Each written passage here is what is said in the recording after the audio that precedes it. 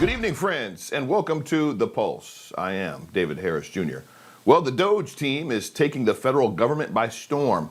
This week, Veterans Affairs Secretary Doug Collins posted on social media that he found $2 billion in government contracts in his department that were totally unnecessary.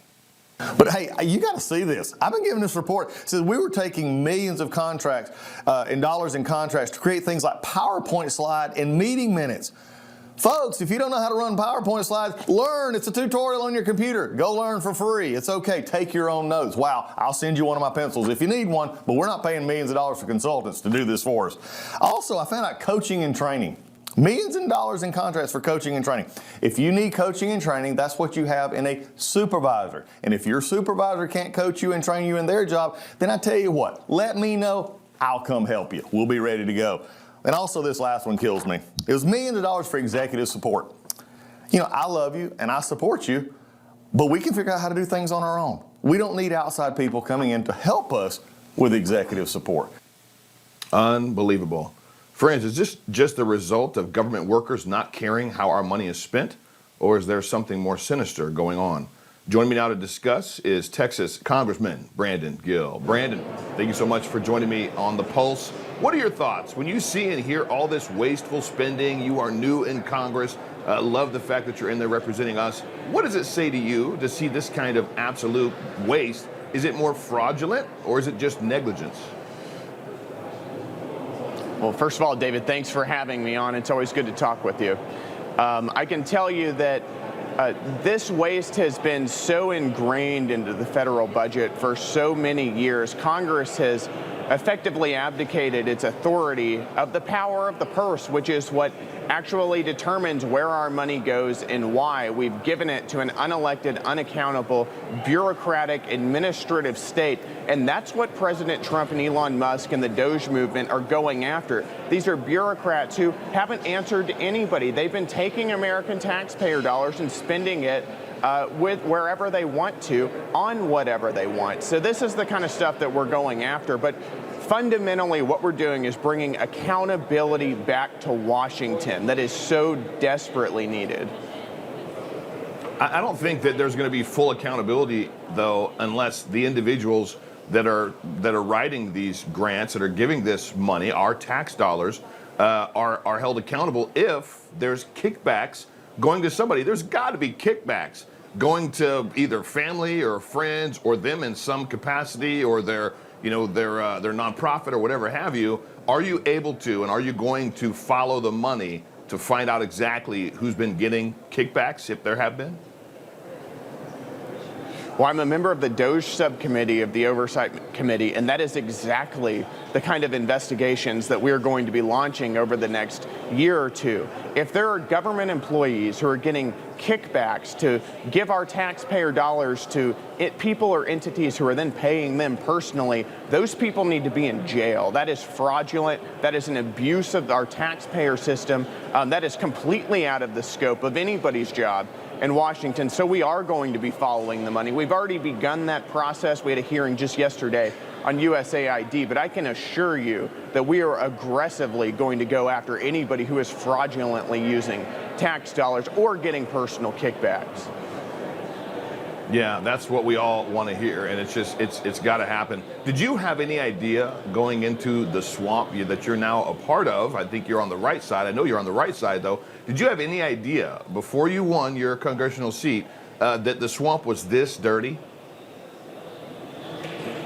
You know, that's the thing, is it's very easy for Washington to spend more money. We could have a spending bill tomorrow. Doesn't matter what topic it is. It could be $200 billion, $300 billion, as large as you want, and it would pass immediately. It is so difficult to cut spending in Washington, regardless of how wasteful it is. I think that's been the most difficult and surprising thing for me. I can tell you, I am willing to go to the mat to cut this waste, fraud, and abuse. What Elon Musk and DOGE are doing is excellent, but Congress has to provide the legislative backup. We've got an appropriations bill next month, in about 2 or 3 weeks, that's going to fund the government. We cannot fund the government at the same levels we have been after seeing this waste from Doge. So I can tell you that is something I am willing to fight for. We have to fight for, because Washington cannot keep spending more money than it has on things we don't need and on things that are frankly fraudulent and should be illegal. So these are the kinds of fights that we're having right now.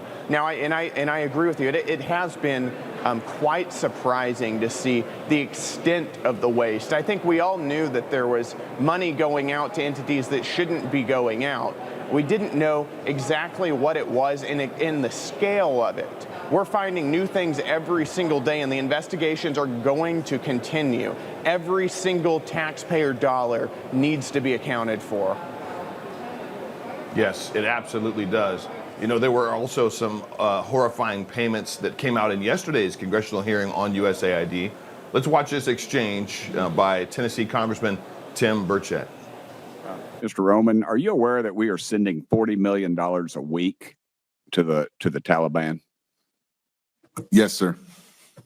Can you name other instances of foreign aid going to terrorist organizations? We have assisted al-Shabaab in Somalia. There's been instances of the Hamzi network in Sudan, Hamas, Islamic Jihad, Hezbollah, Kata'iba Hezbollah, Hayat Tahrir al-Shams in Syria. Dozens of terror organizations have received indirect assistance from U.S. foreign aid. That's outrageous. We were literally, Democrats were literally giving our tax money to terrorists. We've had a left-wing, unaccountable bureaucracy, and this is the result. They're giving our tax dollars to entities that are working against America's interests, that are slaughtering Jews in the Middle East, and trying to diminish America's impact on the world stage. This is borderline treason, what's been going on in the executive, and that's why we're being so aggressive and coming out of this and going after this. And I can tell you, I think we have barely scratched the surface. You know, for decades, the American people didn't know really where their taxpayer dollars were going. They were going to bureaucracies in the administrative state with no accountability, no public accounting for where their tax dollars are going. That's what's so unique about what's happening right now, is what Elon Musk is doing, and what we're doing at the Doge subcommittee is exposing this and making it public, shining light on where our dollars are going. You know, sometimes sunlight is the best disinfectant. And whenever you show people that their tax dollars are funding the Taliban or other radical Islamist terrorist organizations, remember, many of these terrorist organizations have killed American soldiers in war. It is disgusting, and it's got to end now. Yeah, it absolutely does. Your thoughts also on President Trump is about to close 110 IRS offices. I know I appreciate that. I know they're fine-tooth combing all of our stuff, and yet they've been the ones that have been wasting and spending our money needlessly. Your thoughts?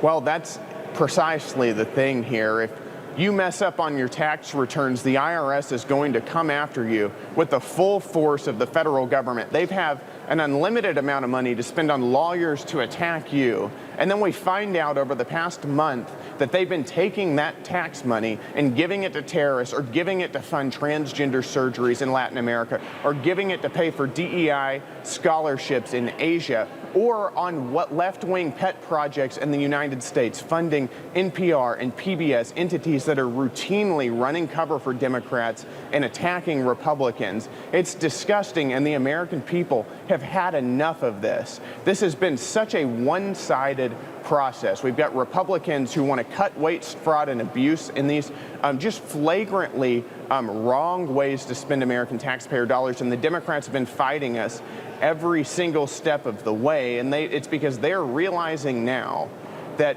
so much of their political infrastructure, that their left-wing ideological movement exists only because they have been able to take taxpayer dollars and fund it. That is wrong. Our tax dollars aren't going to fund conservative or right-wing NGOs. They're not going to fund things that bolster the Republican Party. They're all supporting the Democrat Party. That is a politicized Washington. That is what we saw for 4 years get worse and worse and worse under the Biden administration. That's what President Trump and House Republicans and Senate Republicans are finally putting an end to. And I can tell you, there's going to be a fight. There's always somebody who gets this money and doesn't want Congress to pull the purse strings and to take it away from them. But we're willing to fight to end this abuse, and that's what we're doing. Absolutely love it. Congressman Brandon Gill, my brother, thank you so much for joining the Post tonight. Thanks, David. Coming up, is President Trump about to end the war in Ukraine? I'll tell you why Ukrainian President Vladimir Zelensky is really coming to the White House tomorrow next.